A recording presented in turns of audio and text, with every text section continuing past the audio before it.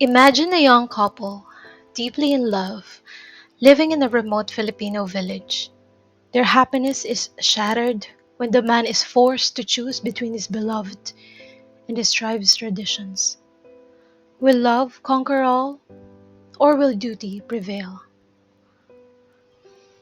This is Amador T. Daguio's The Wedding Dance. Awiyao reached for the upper horizontal log which served as the edge of the head-high threshold. Clinging to the log, he lifted himself with one bound that carried him across the narrow door. He slid back the cover, stepped inside, and pushed the cover back in place. After some moments during which he seemed to wait, he talked to the listening darkness. "I'm sorry this had to be done. I'm really sorry, but neither of us can help it." The sound of the gangsas beat through the walls of the dark house like muffled roars of falling waters. The woman who had moved with the start when the sliding door opened had been hearing the gangsas, for she did not know how long. There was a sudden rush of the fire in her. She gave no sign that she heard Awiyao, but continued to sit unmoving in the darkness. But Awiyao knew that she heard him, and his heart pitied her. He crawled on all fours to the middle of the room. He knew exactly where the stove was. With bare fingers he stirred the covered smoldering embers and blew into the stove. When the coals began to glow, Awiyao put pieces of pine on them, then moved full round logs as his arms. The room brightened. "Why don't you go out?" he said, "and join the dancing women?" He felt a pang inside him, because what he said was really not the right thing to say and because the woman did not stir. "You should join the dancers," he said, as if nothing had happened. He looked at the woman huddled in a corner of the room, leaning against the wall. The stove fire played with strange moving shadows and lights upon her face. She was partly sullen, but her sullenness was not because of anger or hate. "Go out! Go out and dance! If you really don't hate me for this separation, go out and dance. One of the men will see you dance well. He will like your dancing. He will marry you.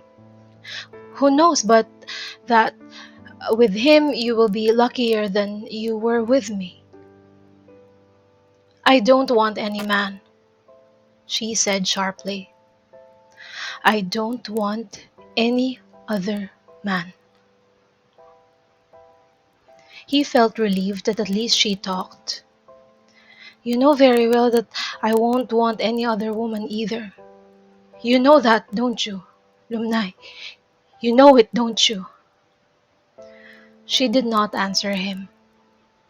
"You know it, Lumnay, don't you?" he repeated. "Yes, I know," she said weakly. "It is not my fault," he said, feeling relieved. "You cannot blame me. I have been a good husband to you." "Neither can you blame me," she said. She seemed about to cry.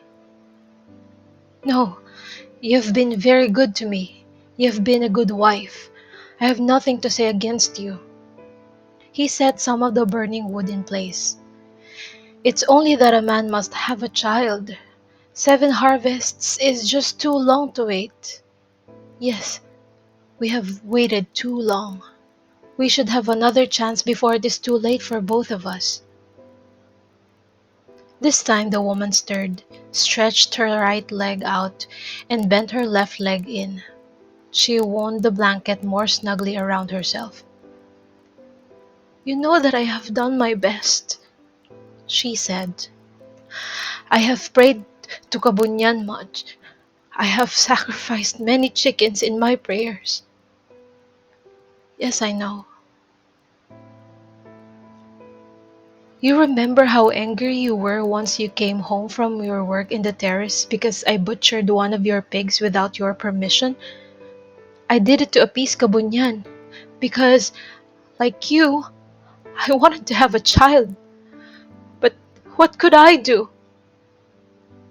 Kabunyan does not seem fit for us to have a child, he said. He stirred the fire. The spark rose through the crackles of the flames. The smoke and soot went up the ceiling. Lumnay looked down and unconsciously started to pull at the rattan that kept the split bamboo flooring in place. She tugged at the rattan flooring. Each time she did this, the split bamboo went up and came down with a slight rattle. The gong of the dancers clamorously called in her care through the walls. Awiyao went to the corner where Lumnay sat, paused before her, looked at her bronzed and sturdy face, then turned to where the jars of water stood piled one over the other. Awiyao took a coconut cup and dipped it in the top jar and drank. Lumnay had filled the jars from the mountain creek early that evening. I came home, he said, because I did not find you among the dancers. Of course, I am not forcing you to come if you don't want to join my wedding ceremony. I came to tell you that Madulimay, although I am marrying her, can never become as good as you are. She is not as strong in planting beans, not as fast in cleaning water jars, not as good keeping a house clean. You are one of the best wives in the whole village. That has not done me any good, has it? She said. She looked at him lovingly. She almost seemed to smile. He put the coconut cup aside on the floor and came closer to her. He held her face between his hands and looked longingly at her beauty, but her eyes looked away. Never again would he hold her face. The next day she would not be his anymore. She would go back to her parents. He let go of her face, and she bent to the floor again and looked at her fingers as they tugged softly at the split bamboo floor. This house is yours, he said. I built it for you. Make it your own. Live in it as long as you wish. I will build another house for Madulimay. I have no need for a house, she said slowly. I'll go to my own house. My parents are old. They will need help in the planting of the beans, in the pounding of the rice. I will give you the field that I dug out of the mountains during the first year of our marriage, he said. You know, I did it for you. You helped me make it for the two of us. I have no use for any field, she said. He looked at her, then turned away and became silent. They were silent for a time. Go back to the dance, she said finally. It is not right for you to be here. They will wonder where you are, and Madalima will not feel good. Go back to the dance. I would feel better if you could come and dance for the last time. The gangsas are playing. You know that I cannot. Lumnay, he said tenderly. Lumnay, if I did this, it is because of my need for a child. You know that life is not worth living without a child. The men have mocked me behind my back. You know that. I know it, she said. I will pray that Kabunyan will bless you and Madulimay. She bit her lips now, then shook her head wildly and sobbed. She thought of the 7 harvests that had passed, the high hopes they had in the beginning of their new life, the day he took her away from her parents across the roaring river on the other side of the mountain, the trip up the trail which they had to climb, the steep canyon which they had to cross. The water boiled in her mind in forms of white and jade and roaring silver. The water stalled and growled, resounded in thunderous echoes through the walls of the stiff cliffs. They were far away now from somewhere on the tops of the other ranges, and they had looked carefully at the butters of the rocks they had to step on. A slip would have meant death. They both drank of the water, then rested on the other bank before they made the final climb to the other side of the mountain. She looked at his face with the fire playing upon his features, hard and strong and kind. He had a sense of lightness in his way of saying things which often made her and the village people laugh. How proud she had been of his humor! The muscles were taut and firm, bronze and compact in their bold upon his skull. How frank his bright eyes were! She looked at his body that carved out of the mountains 5 fields for her. His wide and supple torso heaved as if a slab of shining lumber were heaving. His arms and legs flowed down in fluent muscles. He was strong, and for that she had lost him. She flung herself upon his knees and clung to them. "Awiyao, Awiyao, my husband!" she cried. "I did everything to have a child," she said passionately in a hoarse whisper. "Look at me," she cried. "Look at my body. Then it was full of promise. It could dance. It could work fast in the fields. It could climb the mountains fast. Even now it is firm, full. But Awiyao, I am useless. I must die." "It will not be right to die," he said, gathering her in his arms. Her whole warm, naked breast quivered against his own. She clung now to his neck, and her hand lay upon his right shoulder. Her hair flowed down in cascades of gleaming darkness. "I don't care about the fields. I don't care about the house. I don't care for anything but you. I'll have no other man." "Then you will be fruitless." "I'll go back to my father. I'll die." "Then you hate me," he said. "If you die, it means you hate me. You do not want me to have a child. You do not want my name to live on in our tribe." She was silent. "If I do not try a second time," he explained, "it means I'll die. Nobody will get the fields that I have carved out of the mountains. Nobody will come after me. If you fail, if you fail this second time," she said thoughtfully. The voice was a shudder. "No, no, I don't want you to fail." "If I fail," he said, "I'll come back to you. Then both of us will die together. Both of us will vanish from the life of our tribe."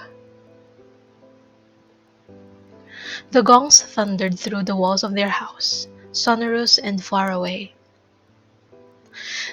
"I'll keep my beads," she said. "Awiyao, let me keep my beads," she half whispered.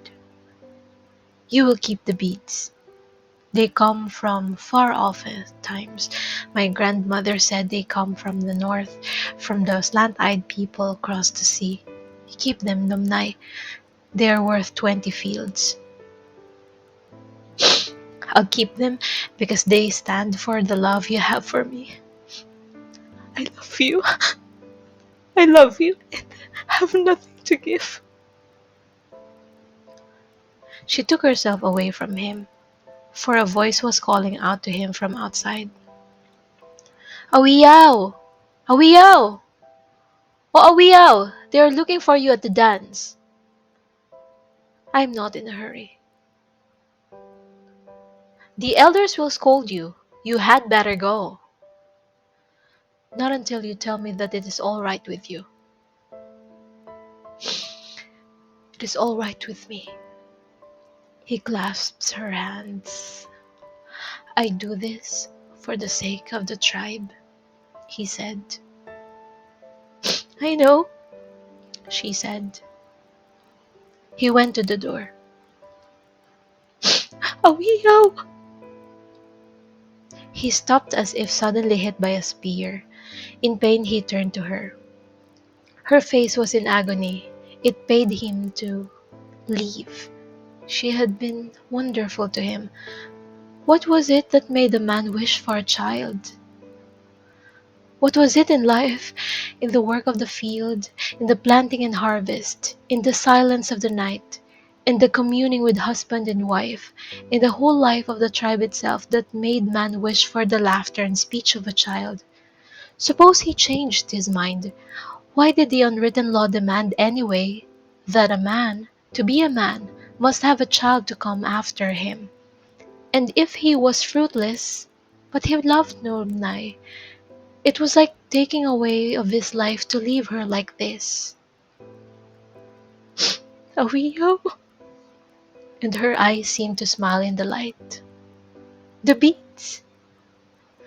He turned back and walked to the farthest corner of the room, to the trunk where they kept their worldly possession, his battle axe and his spear points, her betel nut back box and her beads. He dug out from the darkness the beads which had been given to him by his grandmother to give to Lumnay on the beads on, and tied them in place. The white and jade and deep orange obsidians shone in the firelight. She suddenly clung to his neck, as if she would never let him go. Awiyao, Awiyao, it is hard, she gasped, and she closed her eyes and buried her face in his neck. The call for him from the outside repeated, her grip loosened, and he buried out into the night. Lumnay sat for some time in the darkness. Then she went to the door and opened it. The moonlight struck her face. The moonlight spilled itself on the whole village. She could hear the throbbing of the gangsas coming to her through the caverns of the other houses. She knew that all the houses were empty, that the whole tribe was at the dance. Only she was absent. And yet, was she not the best dancer of the village?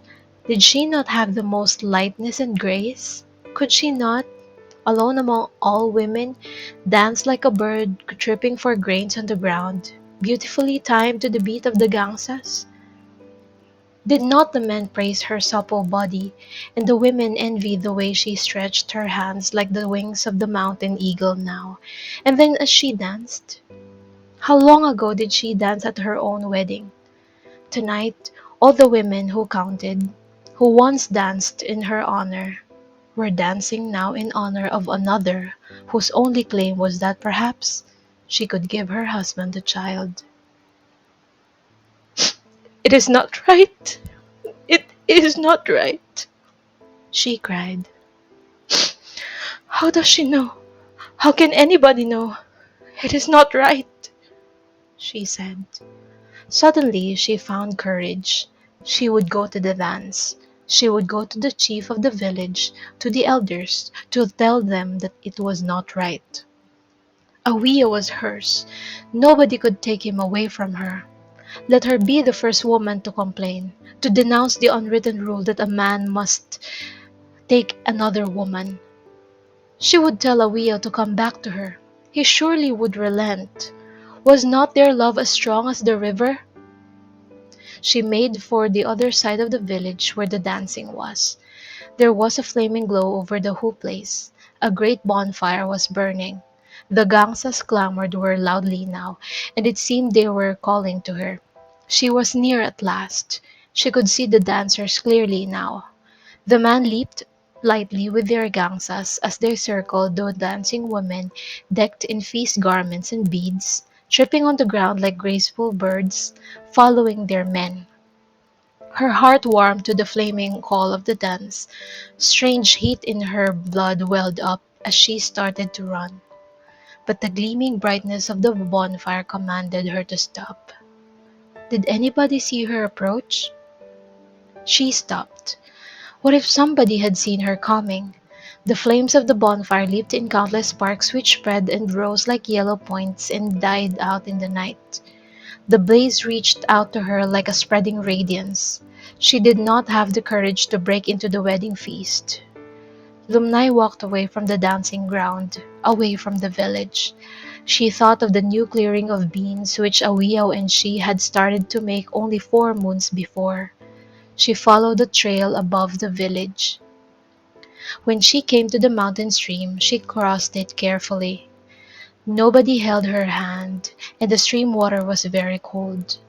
The trail went up again, and she was in the moonlight shadows among the trees and shrubs. Slowly she climbed the mountain. When Lumnay reached the clearing, she could see from where she stood the blazing bonfire at the edge of the village where the wedding was. She could hear the far-off clamor of the gongs, still rich in their surroundedness, echoing from mountain to mountain. The sound did not mock her. They seemed to call far to her, to speak to her in the language of unspeaking love. She felt the pull of their gratitude for her sacrifice. Her heartbeat began to sound to her like many gangsas. Lumnay thought of Awiyao as the Awiyao she had known long ago. A strong, muscular boy carrying his heavy loads of fuel logs down the mountains to his home. She had met him one day as she was on her way to fill her clay jars with water. He had stopped at the spring to drink and rest, and she had made him drink the cool mountain water from her coconut shell. After that, it did not take him long to decide to throw his spear on the stairs of her father's house in token on his desire to marry her. The mountain clearing was cold in the freezing moonlight. The wind began to stir in the leaves of the bean plants.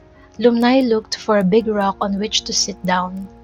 The bean plants now surrounded her, and she was lost among them. A few more weeks, a few more months, a few more harvests. What did it matter? She would be holding the bean flowers, soft in the texture, silken almost, but moist where the dew got into them, silver to look at, silver on the light blue, blooming whiteness when the morning comes. The stretching of the bean pods full length from the hearts of the wilting petals would go on. Lumnay's fingers moved a long, long time among the growing bean pods.